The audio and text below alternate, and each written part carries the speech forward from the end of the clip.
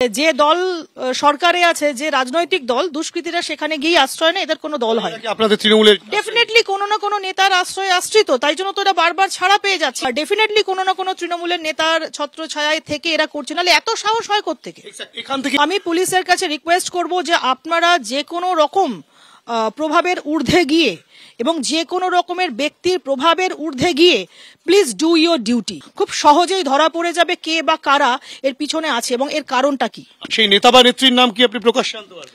না, প্রকাশ্যে আমি আনতে পারবো না, কারণ আমি নিজে যেহেতু তৃণমূল কংগ্রেস দলটা করি। কিন্তু কেউ কেউ তারা দলের ঊর্ধ্বে মনে করে নিজেকে, তারা মনে করে যে আমরা যখন পদ পেয়েছি আমরা দলের ঊর্ধ্বে, তখন তারা এই সমস্ত অন্যায়কারীকে বা দুষ্কৃতীদের ব্যক্তিগত ভেস্টেড ইন্টারেস্টে মদত দেয়। ওদের ভয় নেই কোনো যে আমরা আইনের আওতায় আসবো। তার মানে কোথাও গিয়ে একটা প্লেজার আছে যে না কোনো ব্যাপার না, চলো ছাড় পেয়ে যাবো, আছে নিশ্চয়ই। সেক্ষেত্রে আপনি কি ব্যবস্থা নেবেন? আপনি তো এই ওয়ার্ডের। আমি একজন সাধারণ কাউন্সিলর, আমার ক্ষমতা একদম সীমিত। বছর দুয়েক আগেও না সোনারপুরের এই বেহাল দশা ছিল না, অন্তত লোকাল প্রশাসনিক ব্যবস্থার ক্ষেত্রে। ইদানিং করে যেন একটা গাছাড়া ভাব, কোথাও গিয়ে যেন প্রশাসনিক ব্যবস্থাটা আলগা হয়ে গেছে, ঠুনকো হয়ে গেছে, বাঁধন আলগা হয়ে গেছে আমার মনে হচ্ছে। সেই কারণে অপরাধ প্রবণতা এত বেড়ে গেছে। আমাকে বহু লোক ফোন করেছে 2-3 দিন ধরে যে দিদি আমরা আতঙ্কে আছি, আমরা বাজারে যেতে পারছি না, আমরা অটোয় চড়তে ভয় পাচ্ছি, 3 দিন ধরে অটোর রুটটা বন্ধ, লোকাল বাজারে কেউ যাচ্ছে না, দোকানিদের মাছ সবজি বিক্রি হচ্ছে না, বেহাল অবস্থা, চরম অবস্থা চলছে, মাছশোনায় চলছে এখানে। 50 लोग वो सब लोग जो मेरा बिल्डिंग का एंट्रेंस है उसका लिफ्ट से उठा था। 53 लोग उसमें काउंट है, वो सीसीटीवी में दिखा रिकॉर्डेड है, सबका चेहरा रिकॉर्डेड है। हाँ सर, आपने मामला जब दर्ज किया, जब आपने मेरा होल भरा हुआ था आदमी लोग। अच्छा, एलओपी के साथ पूरा गेट तोड़ के, चैनल तोड़ के, सब तोड़ के घुस गया था।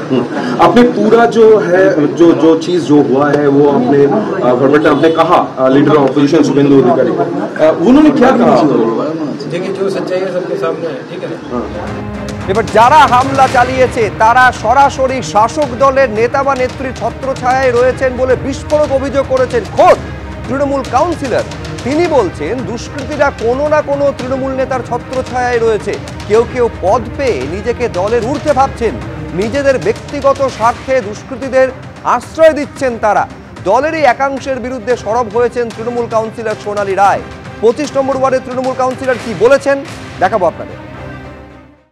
গোটা পশ্চিমবাংলার অবস্থাই ভয়ঙ্কর, গুন্ডাদের হাতে চলে গেছে। উনি মেডিকেল রিপোর্ট সঠিক পাননি, আমি মেডিকেল রিপোর্ট পড়ে দেখলাম, কল্যাণী এমসে নিয়ে যাচ্ছে। Mob lynching, not only mister Gazi, 53 জন ছিল, বেলেবল সেকশনে দিয়েছে, কোর্টে হয়তো বেলও হয়ে গেল। পুলিশকে 100 ডায়াল করেছে, সোনারপুর কন্ট্রোলে করেছে, পুলিশ আসেনি। কেউ থাকবে না বাংলাতে, যাদের যাওয়ার জায়গা নেই তারা থাকবে।